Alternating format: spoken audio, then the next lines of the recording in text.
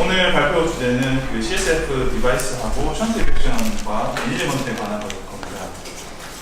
일단은 저희가 션트 수술을 하이드로에 대한 수술을 많이 하는데 그 뭐 통계에 따라 좀 다르긴 하지만 티피컬리 한 10% 정도 얼리 인펙션의 리스크가 있다고 돼 있고, 그 리스크 팩터는 애가 어리면 어릴수록 특히나 마이엘로 메닝고실 같은 경우에는 더 그 리스크가 올라간다고 하고, 그래서 이런 하나의 경우에는 한 2주, 생후 2주까지 했다가 션트 수술한다고 합니다.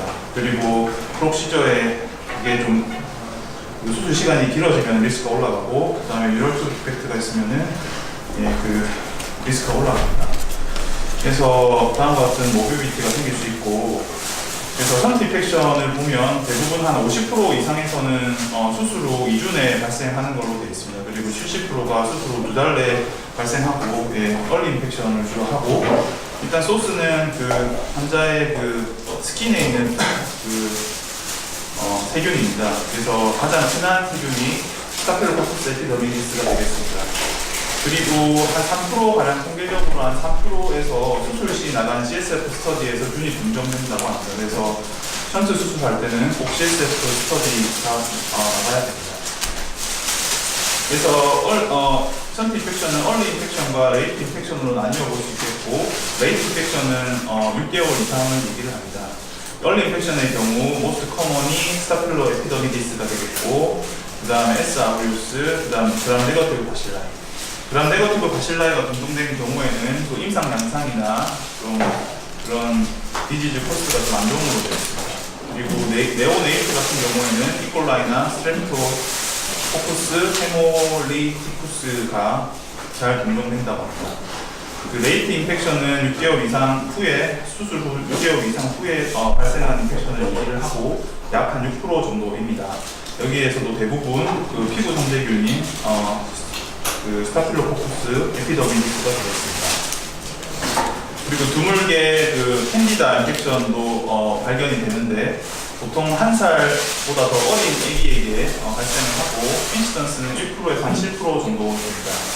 그래서 업도미널 인펙션이 있거나 이전에 박테리아 메닌자이티스 과거력이 있었던 아기에 있어서 션트를 그쪽 이전에 그 메닌자이티스가 있었던 부위에 션트를 두었을 때 좀 인시던스가 좀 더 늘어나는 걸로 되어 있고, CSF 스터디에서는 WCN 프로테인은 올라가고 글루코즈는 노멀입니다.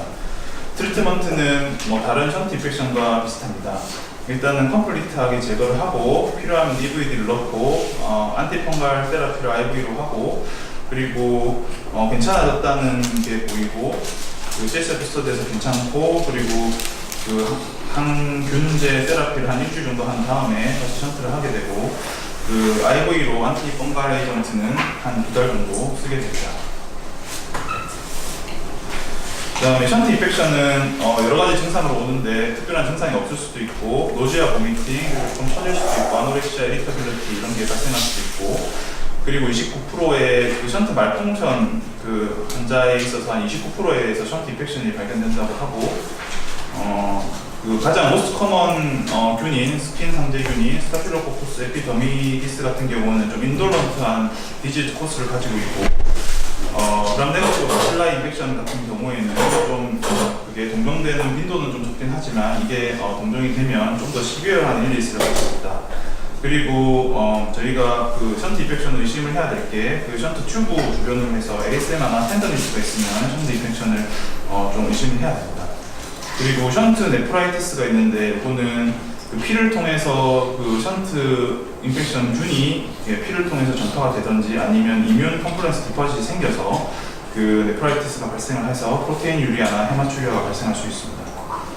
블러드 테스트에서는 한 4분의 1 정도에서 CK 미만이고 3분의 1 정도에서 20K 이상입니다. ESR은 보통 거의 노말은 아니고 CSF도 오르게 됩니다.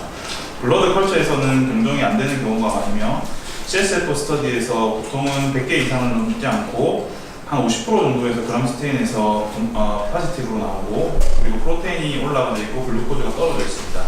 그리고 CSF 컬처에서도 한 40% 경우에는 네거티브이기 때문에 CSF 컬처에서 네거티브라고 해도 임상적 증상이 있으면 꼭 치료를 해야 됩니다. 그래서 이밸류에이션은 쭉 하는데 일단은 이게 션트 인펙션이 아닌 경우가 다른 데 혹시 인펙션이 있어서 애기들은 이제 증상이 모호하기 때문에 그래서 다른 걸 좀 봐야 되는데 혹시나 바이럴 그런 심텀이 있는지 그 다음에 다이에리아, 설사, GI 쪽의 소스 인펙션 때문에 그런 증상이 발생하는 게 아닌지 애기들은 오타이티스 메디아가 잘 생기니까 그 공항도 꼭 챙겨봐야 되고 입을 벌려서 톤실이나 이런 데도 봐야 되고 그 다음 배 쪽에 어펜디사이티스가 있는 건 아닌지 유라이 심틈이 있는 건 아닌지 UTI가 있는 건 아닌지 유모니가 있는 건 아닌지 보고 만약에 있고 그런 증상이 명확하면 응급실에서 그냥 소아과로 그렇게 하면 되고 그 다음에 그 메닝자이티스가 아니고 메닝 디스무스가 아닌가 이것도 고려를 해봐야 되고 그 다음 피검사를 해야 돼서 CRP가 오르는지 봐야 되고 그 다음에 뭐 CRP가 너무 오르고 그 임상적으로 너무 션트 인펙션이 명확하다 그러면 션트 탭을 꼭 해야 됩니다.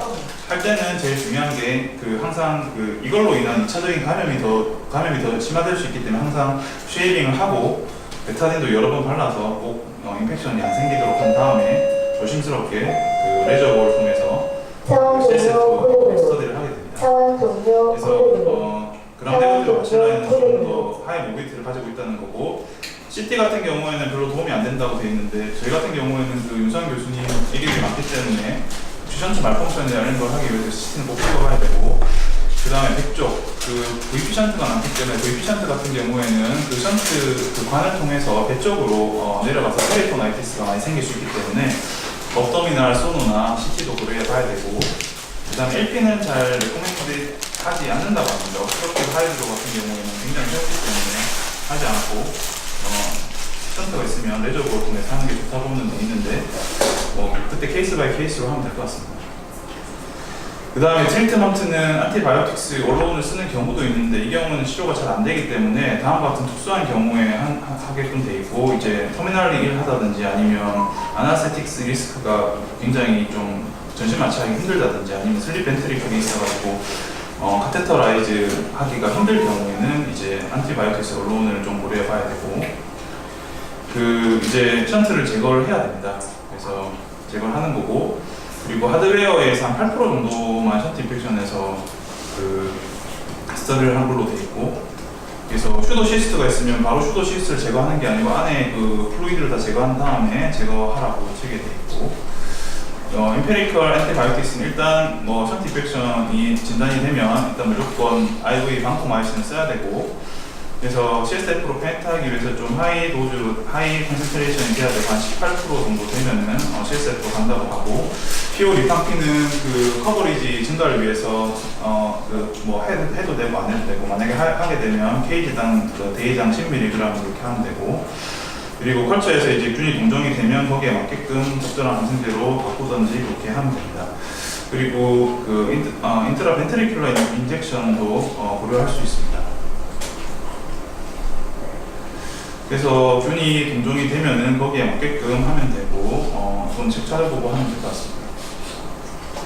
그 CSF 디바이스입니다. CSF 디바이스는 여러 가지가 있는데 일단 CSF 디바이스에서 튜머 필터링 기능이 있는 게 있다고 하고 메돌블라스토마나 이런 이제 잘 CSF 쪽으로 잘 이렇게 그게 잘 튜머 셀이 잘 갈 수 있는 그런 것들은 튜머 필터링 같은 걸 할 수 있다고 하는데 이런 경우에는 하게 되면은 어쨌거나 그게 잘 막힌다고 합니다. 그래서 리비전 같은 걸 굉장히 많이 해야 될 수도 있다 이렇게 돼 있었고 그 다음에 주로 이제 안티사이폰 그게 그 기능이 있는 그런 CSF 그 디바이스를 쓰게 되고 그다음 LP 드레인에 쓰는 밸브 같은 경우에는 호리젠탈 버티칼 밸브를 쓴다고 합니다. 이렇게 하면 이것도 역시 안티사이폰하고 비슷한 역할을 해서 잘 이렇게 막 서고 막 이럴 때 확 빠지고 이런 걸 방지하게 하는 그런 역할을 한다고 합니다. 그리고 온오프, 온 하게도 하고 오프 하게도 하는 그런 밸브도 있다고 합니다.